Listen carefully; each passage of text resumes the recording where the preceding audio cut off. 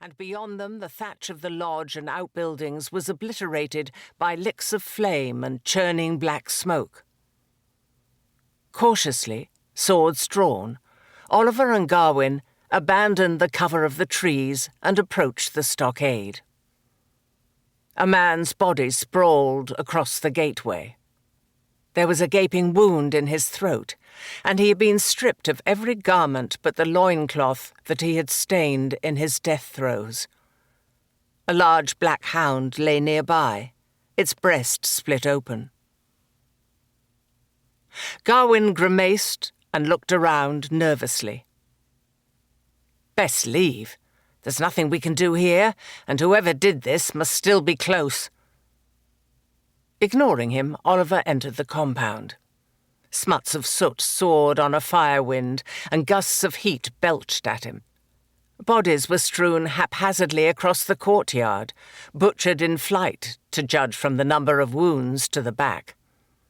The armed and the unarmed, men, women, and children. Fluid filled Oliver's mouth, and he tightened his grip on the hilt of his sword. It was either that or hurl the weapon as far from himself as he could. Not in 3 years of wandering amongst the wildest places on God's earth have I ever seen such as this, he said hoarsely. "Better grow accustomed, then." There was a quiver in Gawain's voice that gave the lie to the callous words, and his free hand groped for the cross around his neck. Oliver moved on. A shining mass of golden hair drew him to the body of a woman. She lay on her back, her legs flung wide. Her eyes were open, staring blindly. Her cheekbone was swollen, and her lip was puffed and split, but she was still breathing. "God's mercy!" Oliver fell to his knees at her side. "Amice! Amice? Can you hear me?" "You know her?" Gawain's voice was appalled. "From a long time ago," Oliver said without looking round. "She was one of Earl Robert's wards at the same time as my wife. If circumstances had been different, I might have married her instead of Emma." "Jesu's pity! I do not believe this!" He closed her legs and pulled her gown back down over her stained, bloody thighs. The woman turned her head and focused on Oliver, but there was no recognition in the dark sapphire eyes. Gawain tugged at the close-cropped beard edging his jaw. "How badly is she hurt?" "I don't know.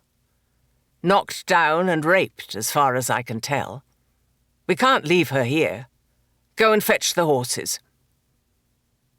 Her vacant stare was unnerving. Oliver well remembered their first meeting, for it was inextricably bound up in his memories of Emma. It had been the spring of 1129 in Earl Robert's garden, when he had encountered the girls, 2 giggling cousins of 14 and 15, playing with a ball. Amice, the older, had a sheaf of golden hair, ripe curves, and a way of looking through her lashes that turned a man's blood to steam. Emma, his future wife, was tiny and fey, with a smile that lit up her little pointed face and made it quite beautiful. He had been 15 too, a gangly youth in no hurry for the marriage that his family was foisting upon him. But Emma had changed all that. Now she was in her grave, with a stillborn daughter, whose 3-day bearing had been her death.